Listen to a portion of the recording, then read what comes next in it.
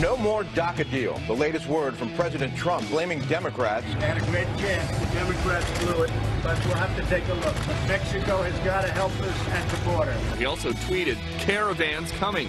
Republicans must go to nuclear option to pass tough laws now. Attorney General Jeff Sessions appointing a federal prosecutor to investigate alleged FISA abuse. Is it enough? We have Republican truth. We have Democrat truth. Yep. We need to get to the nonpartisan truth. I think a special counsel is still going to be needed. A state trooper giving a final radio call before a well-deserved retirement. I just wanted to thank everybody for everything that they've ever done. It's been an honor and a privilege. This will be my final 10-7. 30,000 people will arrive for the annual Easter egg roll. Now, the President and First Lady will greet children and families at the 140th annual event.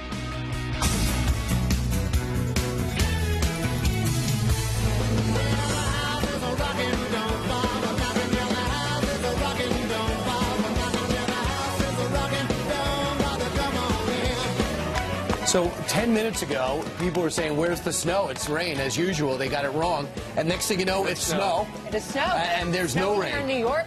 Yesterday, everyone was bundled up for Easter, still wearing their Easter clothes with coats on them. And today, it is snowing. But snow in April is illegal, so this cannot happen. So who should we arrest? Everybody. Mother Nature. Every meteorologist.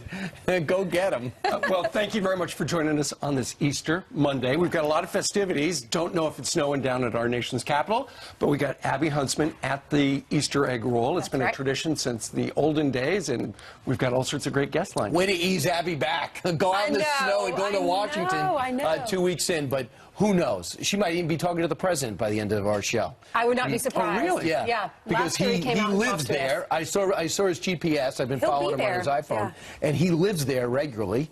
And he'll be there, so why wouldn't he walk over to Abby Huntsman? He did last year. He gave an exclusive to Fox News. Really? I was out there covering it. And I said, Mr. President, could I steal a quick interview? And he did it. Just like that. Okay, so stay tuned. In the next 3 hours, you might see the Eric Trump's going to be on the show. He will. And Kellyanne Conway and Sarah Huckabee Sanders. Plus, let's talk a little bit about the President of the United States. He was actually tweeting in his motorcade as he went from Mar-a-Lago over to Bethesda by the Sea Church. And his topic was our southern border. That's right. He was saying that the DACA deal is done. Hey, we gave the Democrats a chance to pass this bill and allow the 800,000 plus the 1.8 million to stay in the country. Well, guess what? That deal is done. So he interpreted the fact that DACA is not done and that maybe it's going to be coming down in the future, that maybe somebody down south in Central America is getting the green light to come to America, because if you're here already, you'll get instant citizenship or a pathway to citizenship, unlike the illegals that are here. So regardless of the school of thought, next thing you know, there is footage and a caravan that includes about 1,000 people, including women and children, most of which from Honduras, that are making their way our direction and possibly to overwhelm the border guards. And being that we don't have a wall, nor are we really constructing one, the president feels the frustration of something happening that happened to President Obama back in 2014. All right, so the president tweeted this out yesterday. He said Border Patrol agents are not allowed to properly do their jobs at the border because of ridiculous liberal Democrat laws like catch and release. Getting more dangerous, caravans coming, Republicans must go to nuclear option to pass tough laws now. No more DACA deal. He's saying that what the catch and release program is unbelievable, because once they step foot, you've got 1,100 people, 1,200 people walking up to step foot into the United States. Once they put one foot on our soil, it is we have to take them into custody. We have to listen to their reason why they want to come in. And if they plead that there's too much violence in their country, or they're seeking asylum because domestic violence, or they're not treated fairly, or they don't have enough money, then we have to release them back into the United States until their court hearing. And the thing is, you shouldn't look at this as have a heart for Central and South Americans. There are other people on that line applying for refugee status who are in just as dire need, only they're doing it the correct way. They're going through embassies and going through the application green card process. So you've got this caravan. 1,200 people.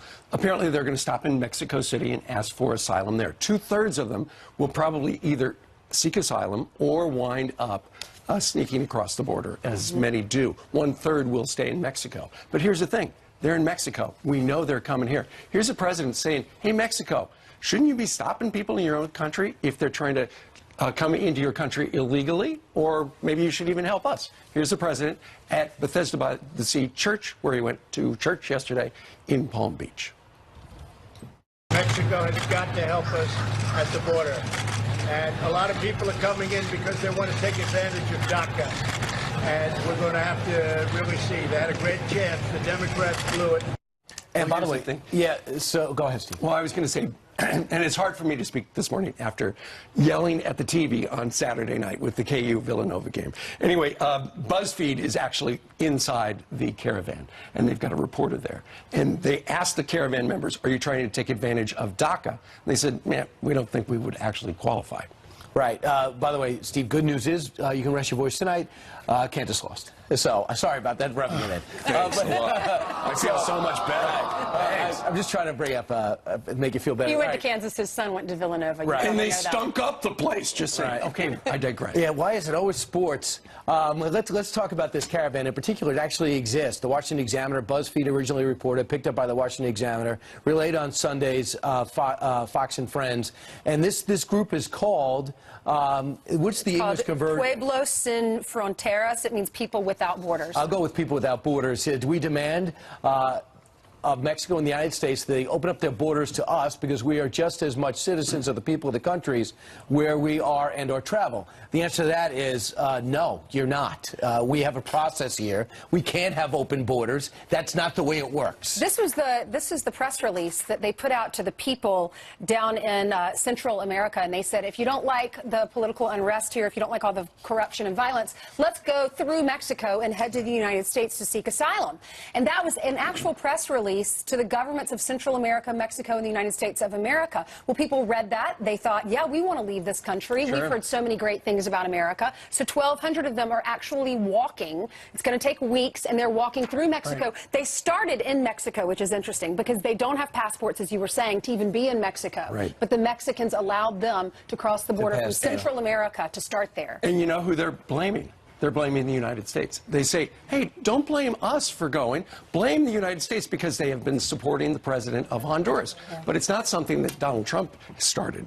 Back in the day, it was John Kerry who congratulated the president of Honduras on his win when he won the presidency. The president says we're going to pull out. We'll pull out of NAFTA. We won't negotiate with you, Mexico, if you don't help us. And then he's asking Republicans to take the nuclear option so they have the majority vote instead of having to have the 60 to vote for tougher immigration. But just so the worry about that is a few years down the line, if you have a Democratic president, Democratic Senate, you'll be invisible. Can Republicans not change it back? Could they not do the nuclear option and then in a few years? As soon as they get a majority leader in there that's Democrat, they'll say same thing as you did, just the same way you got Neil Gorsuch passed on a nuclear option. If you had to go for 60 votes, Gorsuch might not have passed. Yeah. Right. But they changed it on that vote, but they didn't change it on everything. And even though Senator Schumer said when it was Harry Reid's turn, he goes, this is a huge mistake.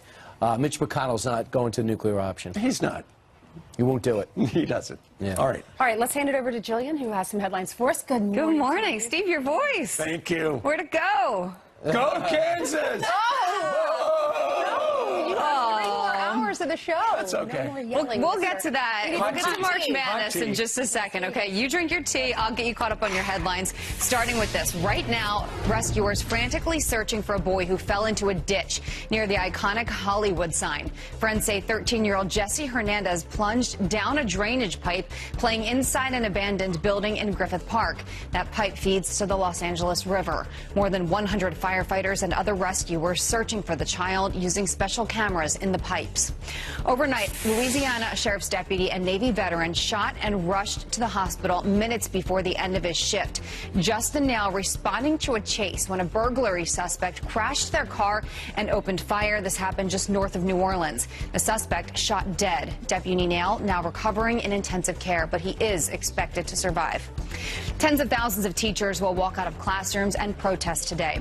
Kentucky and Oklahoma, the latest states to demand higher wages and better classroom resources.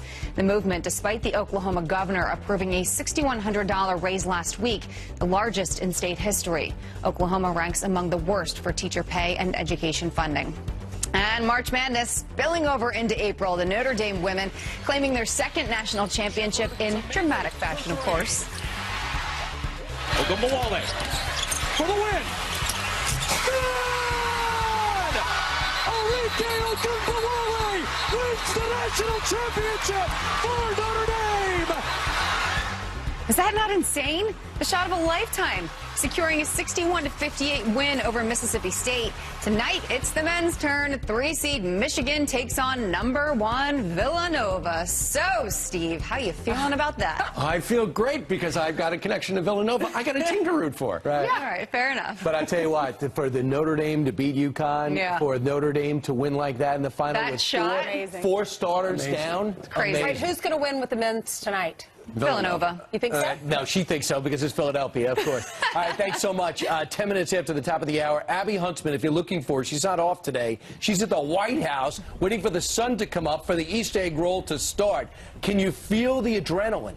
I feel it. I'm ready for the sun to come up. It is chilly here. I know it's chilly there in New York, but chilly here in D.C., but it's going to be a fun day. The 140th year of the Easter egg roll at the White House. It's a classic American tradition.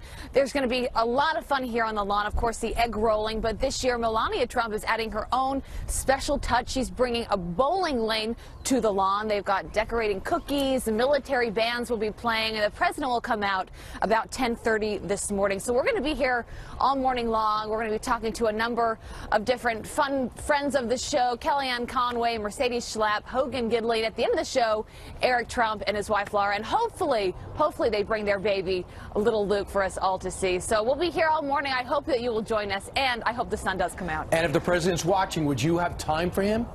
Well, I did just smell some bacon, Brian, so I think they might be making breakfast. So if he's watching and wants to bring us out some bacon, we would love that. Right. So you're saying the president is on the Atkins diet? Yeah, exactly. All right. Maybe he'll bring you some warm coffee, too. I would love that, too. We'll see you guys soon. We're so glad you're back, Abby. Did you bring your daughter?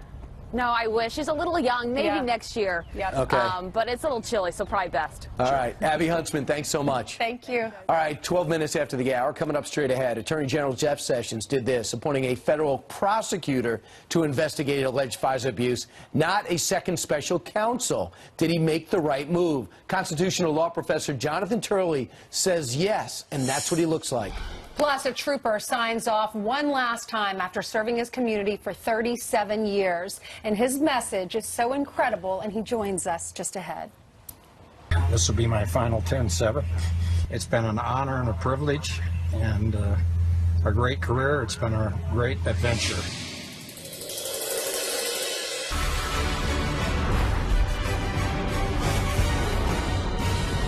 Attorney General Jeff Sessions has named federal prosecutor John Huber from Utah to look into possible surveillance abuses by the FBI and DOJ. This despite pleas from lawmakers, high-profile ones on that on the right, for a second special counsel. Is that the right move? Did Sessions blow it, or did he make a good move? Constitutional law professor of George Washington University, Jonathan Turley, weighs in. Jonathan, you like this move by Sessions. Why? I do. I think that the Attorney General did exactly what people should want him to do. If he had appointed a special counsel, there would have been a considerable delay, a great deal of expense, but it would not have moved this case along dramatically, certainly no different from what he's done now. What he essentially did was he combined this large investigatory staff of the Inspector General and attached to it a line prosecutor who has all the powers of a prosecutor. That's going to move this along in a much more expedited basis. And for people who really want to look at whether there's criminal conduct here, this is a very good way to approach it. And what Sessions is saying is, I could still appoint a special counsel, but I want to bring in a prosecutor, combine him with this Inspector General, and get at this stuff to see if there's something here that we need to move on. And it's focusing on possible FISA abuses. It's focusing on the Clinton Foundation investigation, possibly Uranium One links, if anything had anything to do with the sale of that company, Uranium One. So you're saying, too, since Huber's already working with Horowitz, there's not a lot of ramp-up time he needs. He just needs to go down his own path, correct? That's right. This is seamless. I mean, that's why I think this is a pretty brilliant approach. You reserve the special counsel option, but you move it immediately into a potential prosecutorial stage. What the Inspector General lacked were those prosecutorial powers. And both of these men, people have been criticizing them, which really has baffled me, talking about who appointed who. Both these men have honorable careers. They are respected by both sides. They're apolitical. That you've got a line prosecutor who has many of the powers that the IG is lacking. You have an IG who knows his way around the Justice Department and has already shown his independence. This is a pretty lethal combination for people that may have committed criminal acts. You know, Darrell Issa and Senator Graham both still want a special counsel, but you said, hey, this is going to get done faster.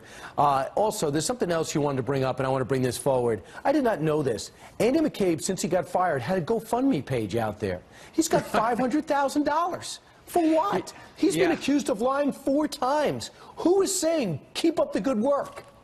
Well, that's what's odd here. I have a column in the Hill today on this point, which is he's already raised $500,000, which surprised many of us because the report isn't out. So people don't know what led to his termination, and that was a recommendation by career employees.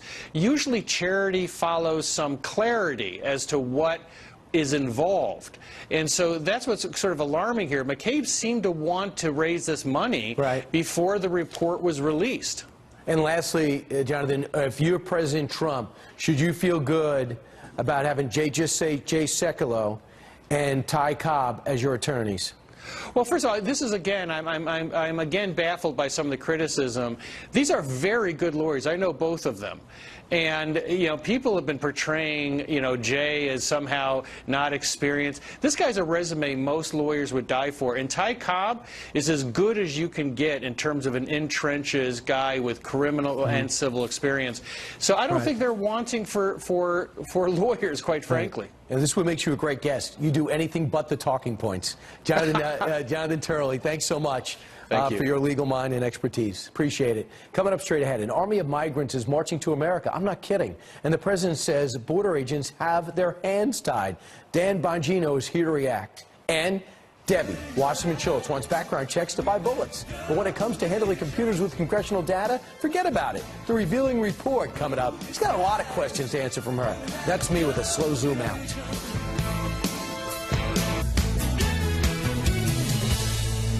Here's some quick headlines for you. China hammering the U.S. with brand new tariffs overnight. Beijing raising import duties on 128 American products, including fruit and wine. Oh, Steve, we're in trouble. I know it. It comes in the wake of President Trump's hike on steel and aluminum imports. And a rogue Chinese space station coming crashing down on Earth in a fiery blaze of glory overnight.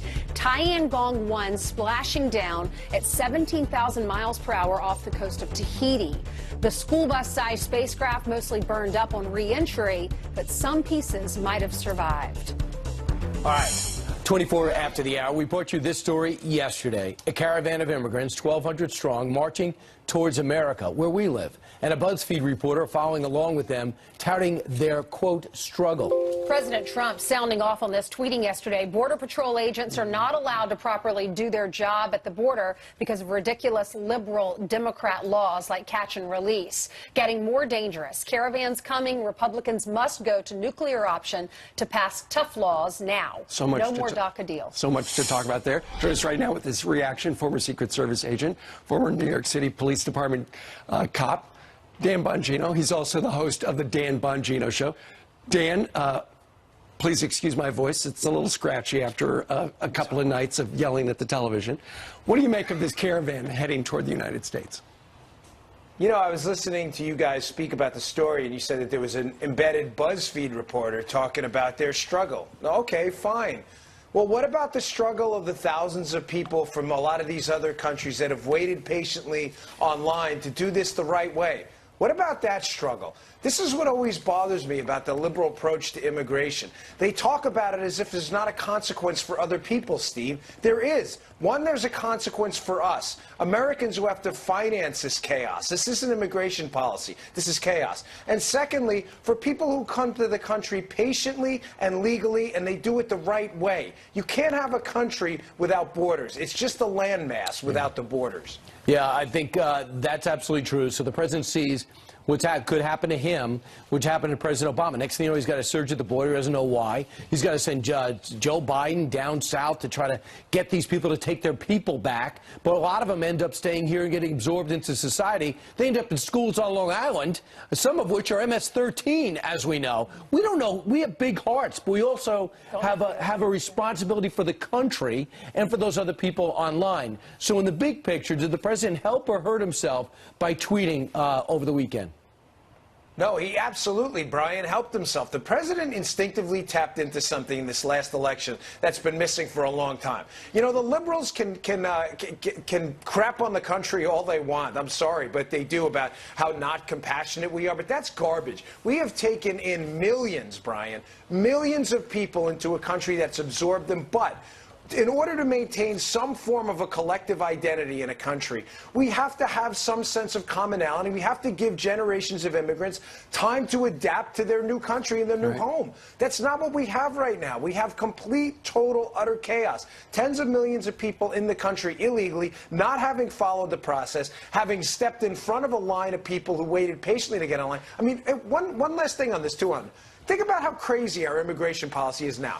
We have the governor of California, Moonbeam Brown, who will not, and his attorney general, who will not discount arresting the Orange County sheriff for enforcing immigration law, while simultaneously pardoning 5 people for illegal immigration crimes or to help them avoid deportation. It's crazy. Yeah.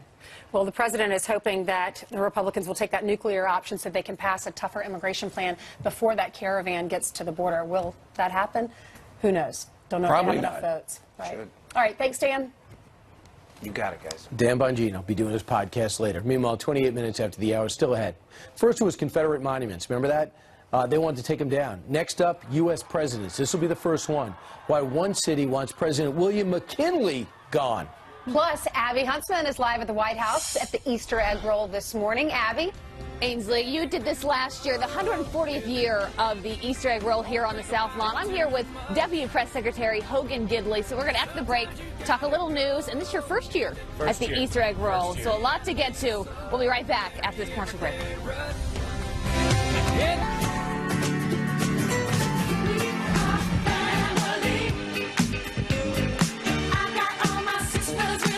That is a young girl on an Easter egg hunt and focus. How'd she do? There's the light of my life. That is Hayden Proctor. She has her little Easter basket, and there she is sitting on the steps of our church, wearing a little heirloom dress that my mom bought her months ago. And there she is giving the peace sign. You know. Obviously, she's raising herself. No parents around. Right, I know. On Madison Avenue. Look at this busy street. What's going on here? I saw this on Instagram. That's Sally Ducey icing an Easter cake that was delicious. And there's her sister, Mary, the government lawyer. And they're making Easter cookies yesterday. And that is like the traditional Ducey cake, right? Right. Y'all do it every year? We do a lot of that cooking. It's so interesting that you recognize them by their occupation. This is my family. It doesn't really like to pose anymore. They've had it with me. So I had to take action shots. This is my wife doing an unbelievable job on Christmas dinner and dessert. Watching Caitlin. Easter. Did I say Christmas? Yeah, you said Christmas. Yeah, Easter. She did a good job on Christmas, too. And that is the distant shot. That is my father-in-law. That's Steve in the middle. And that's my mom out playing outside left in that picture. That's great.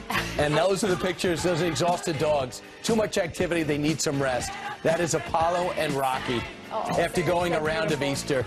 The one thing about them, they don't beg at the table, even though they're bigger than the table. Sure. If they were ravenous, we would have no food. Because they literally can walk right up. Well, you would just bake for them all day. Right. It would be unbelievable. And they definitely would have hypoglycemia. How big is your vacuum? I know, right? You know what? They don't. In the winter, they don't shed that much. Really? It's the summer. You don't need pillows. You don't need blankets. You just lie down on the floor with them, right? They are very soft. Big puffballs. Yes. They're the peeps this Right. Easter. All right. Let's hand it out to Abby. We Abby, have snow. I think they've got rain down there. A little rain, right? Abby, what's the weather like? It's cold enough for snow. I want to say it's snowing because I'm shivering, but hopefully the sun comes out at some point because it's pretty chilly for the Easter egg roll. But Brian, I feel for you. I've got a golden retriever in the shedding. It's a problem. I wish I had him here to snuggle with to keep me warm. But we are out here for the 140th Easter egg roll out on the South Lawn. If you can see behind me, the White House is right there. It looks like people are getting up. The president may be up. And I'm here now with Hogan Gidley, who is the Deputy Press Secretary. His first Easter egg roll, Hogan, is that right? Absolutely. I'm so excited. I've seen it so many years on TV, and now I get to see it in person. And you matched my purple. I did. I we love actually that. matched. It's simpatico this morning. Absolutely. So I want to get to the Easter egg roll, but first get your thoughts on some news. And immigration has been the top of President Trump's mind over the past 24 hours at least.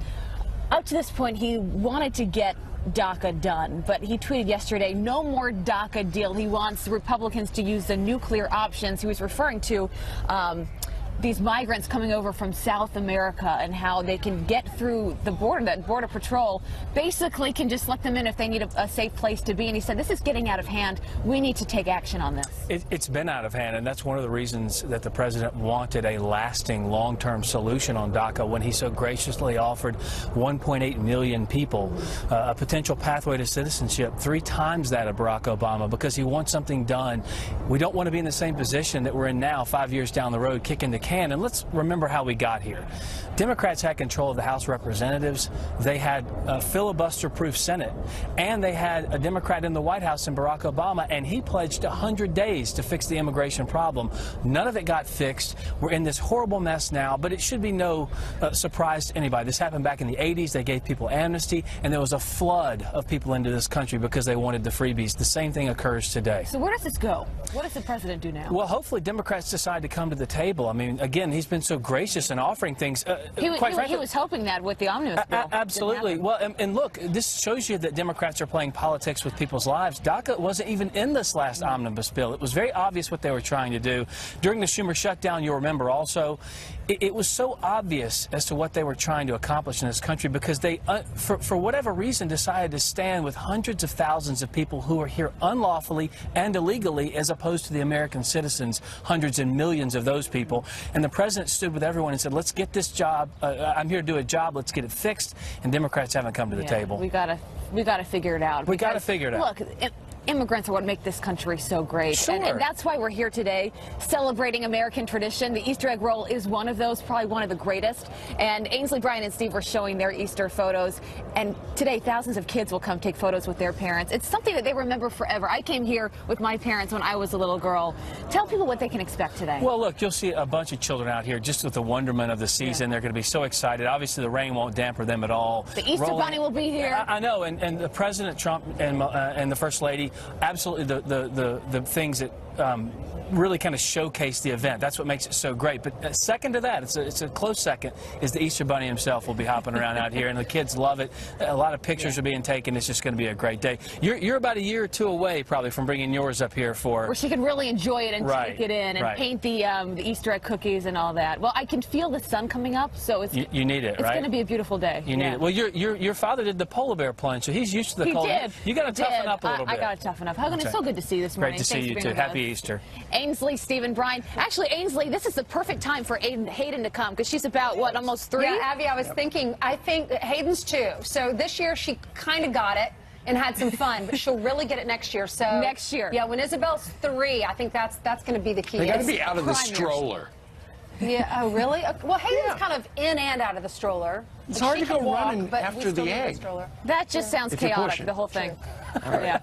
Yeah, every stage is amazing, Abby. Enjoy the baby phase, though. You get to snuggle with that baby on your chest. And hopefully Eric Trump, who will be on later, will bring their little boy Luke. We'll see. Have you seen him? He's beautiful. Right. And who knows? Maybe Hogan will put a good word and the president will come out to you. Tell him to come hang with us. President, if you're watching, come see us. All right, Abby, thanks. Thank you. Good job, Hogan. Thanks, Hogan. All right, let's hand it over to Jillian, who has some headlines for us. Hey, Jillian. That's right. Good Monday morning to you guys, to you at home as well. Let's get you caught up starting here. We now know nearly 50 Democrats waived background checks for Pakistani IT aides accused of hacking. That includes former D.C. Chair Debbie Wasserman Schultz. An Inspector General's report finding 44 Democrats chose not to vet Imran Awan and several of his family members by using a loophole in the House security policy. Awan, who worked for Schultz, was arrested for bank fraud, waiting for a flight to Pakistan last year. A car crash that killed 2 women and their 6 adopted children may have been intentional. Police say new evidence shows the SUV stopped, then accelerated moments before plunging off a cliff in California, raising new questions whether the accident was actually deliberate. The speedometer pinned at 90 miles per hour. Authorities now searching the family's home for any signs of abuse or suicide. First, it was Confederate monuments. Now one city is pulling down a presidential statue. The city council in Arcata, California, voting to take down this memorial of President William McKinley that was put up more than a century ago. Officials accusing the former president of ordering the killing of Native Americans during his time in office. Removing the statue will take around 8 months, costing $65,000. Let's look at your headlines. Is this unbelievable? The president absolutely said that. He goes, soon it's going to be, everybody's going to be tearing down. Everybody's got to pass. Yeah. Yep. All right. All right. Thanks, Jillian. Thanks, Jillian. All right. A lot of people wondering about the weather. Well, you know, say it ain't snow after blasting the Midwest. The spring snowstorm is hitting the Northeast at this hour. Icy roads in Nebraska, sending a car sliding into a ditch. There's a car sliding into a ditch. A state trooper carrying this little girl and her family to safety, so a good end. Meteorologist Adam Klotz is live. He is tracking the storm for us. Good morning, Adam. Hey, good morning, guys. Brian, thank you for allowing me to do this inside this morning. No problem. It was a last-minute thing. I signed the form a second ago. I appreciate it. The snow's really coming down right now in New York City. Going to be continuing to for the next several hours. If you live right along the coastline, you're in one of these areas where the temperatures are bouncing around freezing. So we're getting a little bit of that rain-snow mix at this point. Boston, 36 degrees, 33 degrees here in New York City, 34 degrees in Philadelphia. It's not going to snow in D.C. this morning, just a cold rain, which might be a little bit worse. But here's what we're currently looking at, that heavy snow in New York City. How long is this going to last? Well, it's going to be a pretty quick mover, so I think New York City, you're out of the woods by lunchtime. Notice as we continue on through the day, any snow that lands on the ground, even inland where some of these temperatures are cooler, by the time we get around to 3 or 4 o'clock, the temperatures are back up into the 40s. So, guys, I'm talking about snow in April, but the good news is it's going to be melting by this afternoon. We'll be clearing back off. Hey, the Yankees play today at 1. Are they going to get the game in? Of course they'll get the game in. It might snow on them a little bit, but they'll get it in. They can handle it. Yeah. Let's hope. All right. Thank you. Thanks, Adam. Good job, Adam. All right, 19 minutes before the top of the hour, still ahead. Basketball legend Charles Barkley has a message for Democrats. I voted Democrat for 55 straight years. I think we as black people have not held Democrats accountable for taking our votes for all these years.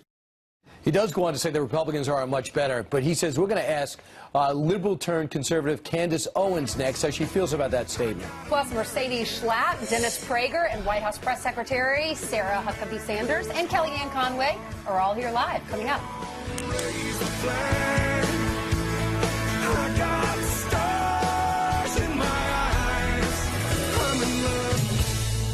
Basketball legend Charles Barkley has a message for Democrats. Listen. I voted Democrat for 55 straight years. And first of all, I want to make clear, I don't think the Republicans are better. But I think we as black people have not held Democrats accountable for taking our votes for all these years. Is he right? Is it time for the black community to hold the Democratic Party accountable? Joining me now is a former liberal turned conservative and director of urban engagement for Turning Point USA, Candace Owens, and she joins us now. Hey, Candace, good to see you. Good to see you as well. How are you? I'm great, thank you. He went on to say that he's frustrated with this president, never been more disgusted because of his tweeting, his hiring and firing. So he wasn't favorable to the Republicans, even though in the past he has said some compliments to the president. But he's more frustrated than ever, he says, right now. He says the focus is too much on Russia and too much on Stormy Daniels and needs to be on change. So seems that he's frustrated with both political parties. What was your reaction to his interview with David Axelrod? I think he was right on the money. I think what we're seeing happening is essentially what happened with me. Black people are starting to wake up and understand that the Democrats have done nothing for them ever. Really, historically, they are the ones that brought us the KKK and racial terrorism, slavery, Jim Crow laws, and then we see in the 1960s, they introduced the Great Society Act, which gave us the welfare system. So what Charles is doing is he's waking up, and he's not fully on the conservative side yet, but I think that's what's going to come up next. Well, he would say to you, because you're a Trump supporter, he says that the Trump supporters need to look in the mirror and say, my life sucks. I hate that word. I'm sorry. I'm just quoting it. Says my life sucks because of me. So we need to take ownership of that. What were your thoughts when he said that? I think he's incorrect. I think that he needs to understand that Trump actually represents a very real opportunity for the black community to wake up. And it starts with the death of political correctness. I don't really care about Trump's tweets. I care about the results. And the results are in. Okay, black unemployment is at a historic low right now. And that's because of the work of Trump focusing on our economy and not so much about our feelings, which has been traditionally what the Democrats have hijacked, our emotions. Yeah, you know, it's so interesting that you bring that up because Quinnipiac, their recent poll says job approval ratings for black voters is down. It was 46% in October, and now in March it's 36%. So what does this administration, what do Democrats and Republicans need to do to focus on the black community, and how do we fix any problems in that community? What's your advice? Well, the first thing is putting back together the black family, which Democrat President Lyndon B. Johnson tore apart with his Great Society Act, and giving us new idols altogether. But also we need to talk about the illegal immigrants. That's a huge thing that Trump has been focused on, and they have been directly harming the black community. When you talk about jobs, and when you talk about who's coming in and taking the spot, it is the illegal immigrants, which is why the Democrats are so hyper-focused on getting their vote. It's a major problem which Trump is addressing, and I think all blacks need to stand with him at this point. Okay. Candace Owens, thank you for joining us. Have a great day. Thank you for having me. You're welcome. All right, take a look at this. Those are elementary school kids right there. So we're zooming in on those two kids. They're kneeling during the singing of the national anthem. How and why? Plus, a trooper signs off one last time after serving his community for 37 years, and his message is incredible. That trooper is going to join us live next. This will be my final 10-7. It's been an honor and a privilege, and a great career. It's been a great adventure.